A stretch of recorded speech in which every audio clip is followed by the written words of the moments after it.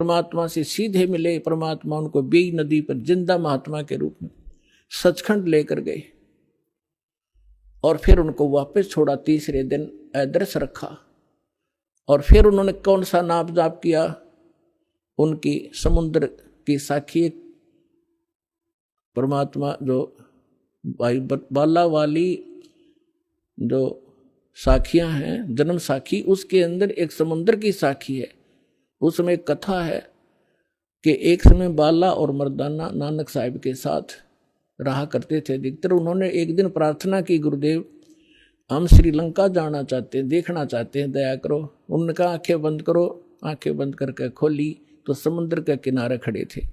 नानक साहिब जी ने कहा कि आओ मेरे साथ साथ समुद्र के ऊपर चलेंगे और वाहे गुरु बोलते रहना। तो ऐसे चल पड़े जैसे थल पर चलते हैं, आगे आगे गुरु नानक देव जी, पीछे वो दोनों बच्चे बाला और मर्दाना।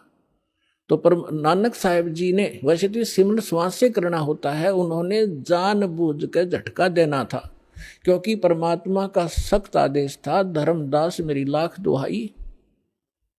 और ये मूल ज्ञान अभी कई बार ना ला जाए। ये सार नाम और सतनाम अभी किसी को देना नहीं तो नकली पंथों के हाथ लग जाएगा।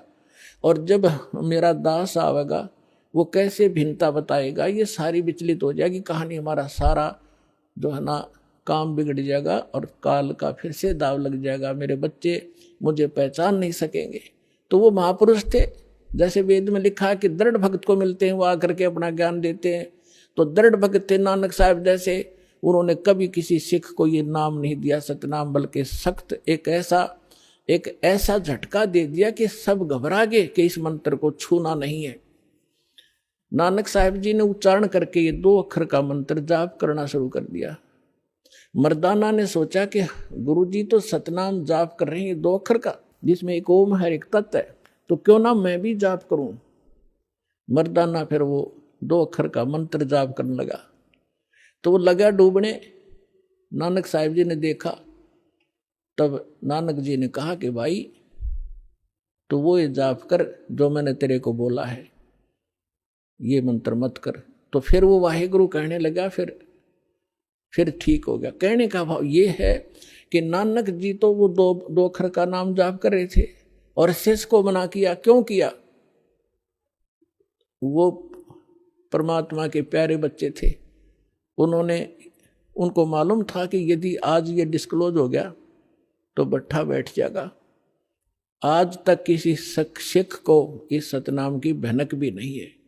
ना वो ग्रंथ साहिब में रखा, अलग अलग स्थानों पर रख दिया, लेकिन सीधा नहीं रखा और वहां से प्रमाणित हो गया। और इसके साथ साथ आदरणीय गरीबदास साहिब जी को परमात्मा मिले गांव छुड़ानी, जिला झज्जर, हरियाणा में, खेतों में 10 वर्ष के थे। सचखंड लेकर गए और फिर बहुत काफी समय 8-10 घंटे ऊपर रखा परमात्मा के बच्चे को, फिर वापस छोड़ा।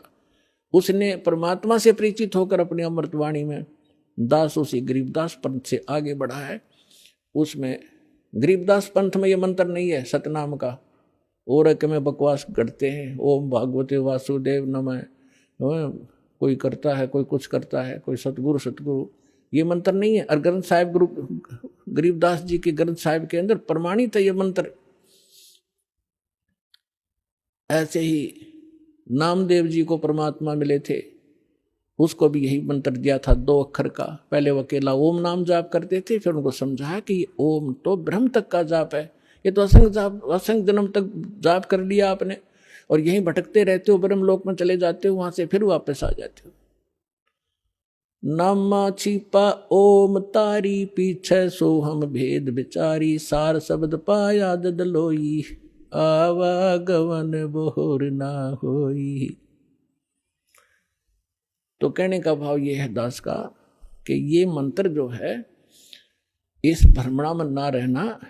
अब बड़ी बनाई बात ने बिगाड़ियो मत, मुश्किल से सिरे चढ़ी है यह कहानी।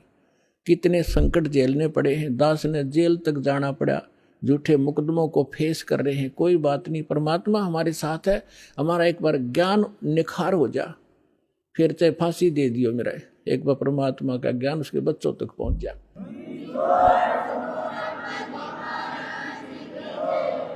तो पुण्यात्माओं परमार्थ के लिए संत आते हैं, और जो परमार्थ नहीं कर सकता वो खाक संत है।